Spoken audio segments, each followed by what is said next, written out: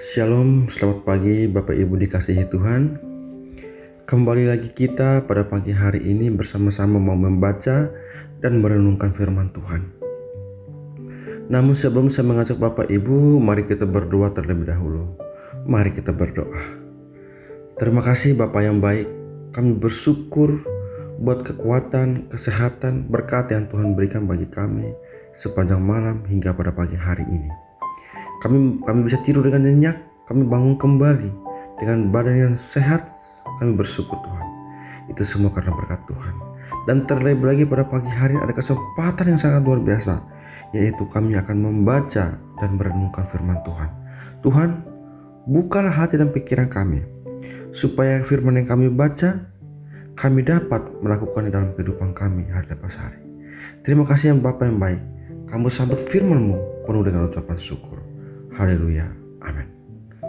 Baik Bapak Ibu, saya mengajak Bapak Ibu, mari kita buka Alkitab bersama-sama dalam kitab Keluaran pasal 4 ayat yang ke-12. Saya akan membacakannya bagi kita semua. Oleh sebab itu, pergilah, aku akan menyertai lidahmu dan mengajar engkau apa yang harus kau katakan. Tema yang akan kita renungkan bersama pada pagi hari ini yaitu semangatlah melayani walaupun terbatas. Semangatlah melayani walaupun terbatas. Berserah diri lebih baik daripada menyerah karena keterbatasan. Tuhan tahu dan kenal kekurangan juga kelebihan seseorang ketika ia memanggil dan mengutus seseorang ke dalam pelayanannya. Tampaknya banyak paradoks dalam kehidupan Kristen, yaitu hal-hal yang terlihat bertentangan, tetapi sesungguhnya tidak. Di satu pihak, kita harus sadar bahwa kita tidak layak dipakai Allah. Di pihak lain, kita harus menerima panggilan Allah dalam kesadaran bahwa kita tak layak. Karena pengalaman pahitnya di masa lampau, saat saudara-saudaranya menolak kepemimpinannya, Musa mati-matian menolak panggilan Tuhan untuk membawa umatnya keluar dari Mesir. Allah kemudian memberikan dua tanda, yaitu tongkat yang menjadi ular dan tangan yang menjadi putih oleh kusta. Tanda ini dapat dilakukan Musa saat orang Israel meragukan panggilan Allah terhadap Musa. Bahkan Allah juga menjanjikan bahwa jika orang Israel masih tidak percaya, maka dia dapat mengubah air dari sungai Nil menjadi darah untuk meyakinkan mereka. Namun Musa tetap tidak mau percaya dan malah berdalih bahwa ia tidak pandai bicara. Namun Tuhan masih dengan sabar mengatakan bahwa dialah yang membuat lidah, maka dia pula yang akan menyertai lidah Musa dan mengajari Musa tentang apa yang harus dia katakan. Namun Musa masih tetap tidak mau. Ia malah meminta Tuhan untuk mencari orang lain. Tentu saja ini membuat Tuhan murka dan berkata bahwa ia telah mengutus Harun kakak Musa untuk menjadi juru bicara Musa. Nah, apalagi alasan yang dicari-cari Musa? Maka pada akhirnya Musa tidak dapat menghindari lagi dari panggilan Allah tersebut. Sayang sekali jika orang menerima pelayanan karena terpaksa atau dipaksa. Dari penolakan Musa, kita belajar memahami bahwa kita memang tidak layak dipakai Allah.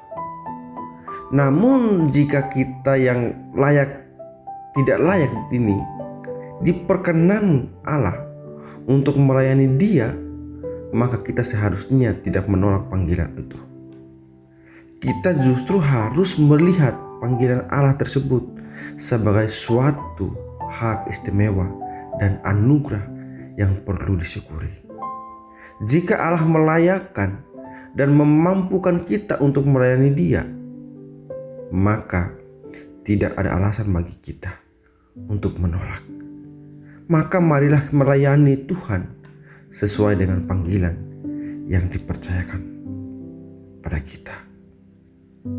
Kemudian kita harus ingat bahwa ketika Allah pertama kali memanggil Musa untuk memimpin bangsa Israel keluar dari tanah Mesir, Musa menolak beberapa kali, mengatakan ia bukan pembicara yang fasih.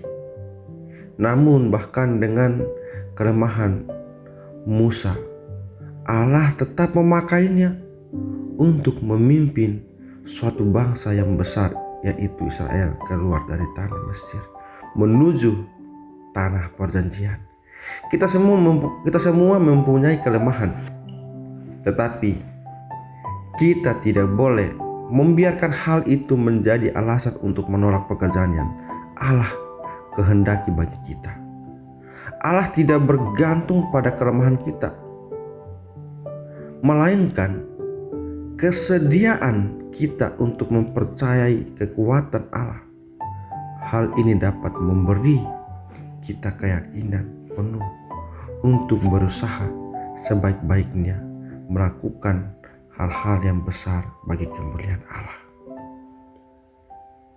Hal apa yang memotivasi orang Kristiani untuk tetap melayani dan mengikuti Yesus sebaik dan sebisa mungkin meskipun mereka mengalami kehilangan atau menghadapi kesulitan?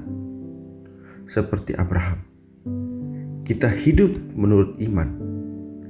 Kita mengarahkan pandangan melampaui hidup ini dan menunggu kota yang direncanakan dan dibangun oleh Allah. Itu adalah tanah air yang lebih baik, tanah air surgawi. Kiranya Roh Kudus memberikan kita kekuatan untuk memuliakan Kristus. Entah apapun keterbatasan kita yang kita miliki, berhenti mencari alasan untuk menolak pelayanan dari Tuhan. Tuhan yang memanggil dan Dia tahu keterbatasan kita. Layanilah seorang akan yang lain sesuai dengan karunia yang telah diperoleh tiap-tiap orang, sebagai pengurus yang baik dari kasih karunia Allah. Sama seperti anak manusia datang bukan untuk dilayani, melainkan untuk melayani dan untuk memberikan nyawanya menjadi tebusan bagi banyak orang. Tuhan menghendaki setiap orang yang percaya melayani. Ketika Tuhan memanggil orang-orang pilihannya, Dia tidak memanggil mereka untuk menganggur saja.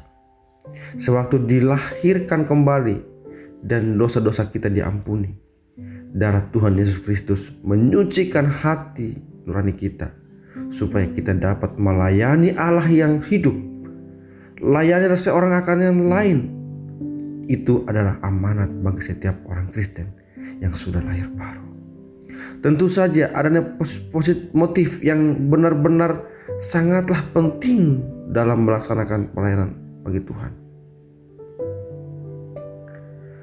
Yang sangat mengagumkan adalah kehadiran Tuhan kita di dunia, semata-mata untuk melayani dan menjadi pelayan bagi manusia. Pelayan terbesar yang Yesus lakukan bagi kita adalah mengorbankan nyawanya agar kita diselamatkan. Adapun bentuk pelayanan kita di dunia ini adalah melakukan tugas yang telah Tuhan berikan kepada kita dan meneladani kehidupan Kristus selama hidup kita di dunia ini.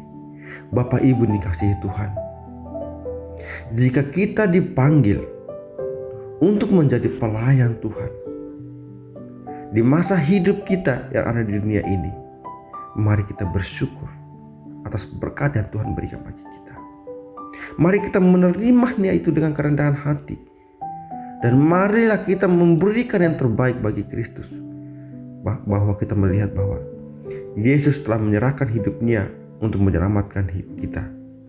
Dan marilah kita meneladani hidupnya.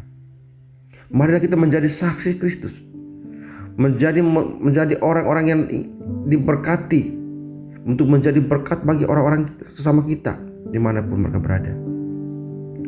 Dengan situasi, kondisi, keadaan saat ini di bangsa kita maupun di seluruh dunia, marilah kita hidup kita tetap menjadi contoh, menjadi panutan yang baik, menjadi teladan yang baik bagi orang-orang di sekitar kita. Jika dipanggil kita untuk melayani, marilah kita memberi diri kita untuk melayani Tuhan. Dan apapun yang kita lakukan, Tuhan selalu ada bersama dengan kita. Tuhan tidak pernah membiarkan anak-anaknya berjalan sendiri, tetapi Dia selalu menyertai dan memelihara anak-anaknya. Biar firman Tuhan pada pagi hari ini mengajar bagi kita, supaya di dalam keterbatasan kita tidak sanggup, kita punya Allah yang luar biasa yang akan memampukan kita untuk melayani. Mari Bapak Ibu, kita berdoa. Terima kasih Bapak yang baik. Kami bersyukur buat firman Tuhan yang sangat luar biasa pada pagi hari ini mengajarkan bagi kami. Di dalam keterbatasan kami, Engkau akan memberikan kekuatan. Oleh sebab itu Tuhan, hidup kami taruhkan sepenuhnya kepada Tuhan. Engkau tahu kami satu persatu. Engkau melihat hidup kami satu persatu. Dan Tuhan, Engkau memberkati kami dengan apa yang Tuhan inginkan dalam hidup kami. Tuhan, jamalah hidup kami, urapilah kami. Dan segala sesuatu yang akan kami kerjakan, segala sesuatu yang akan kami lakukan sepanjang hari ini, biarlah penyertaan Tuhan tetap menyertai kami. Tuhan, hidup kami sepenuhnya kami serahkan ke dalam tangan Tuhan. Berkati dan sertailah kami. Dan biarlah firman yang sudah kami baca, kami renungkan, kami dapat melakukannya juga dalam kehidupan kami hari lepas hari. Di dalam nama-Mu Tuhan, kami berdoa dan bersyukur. Haleluya. Amin.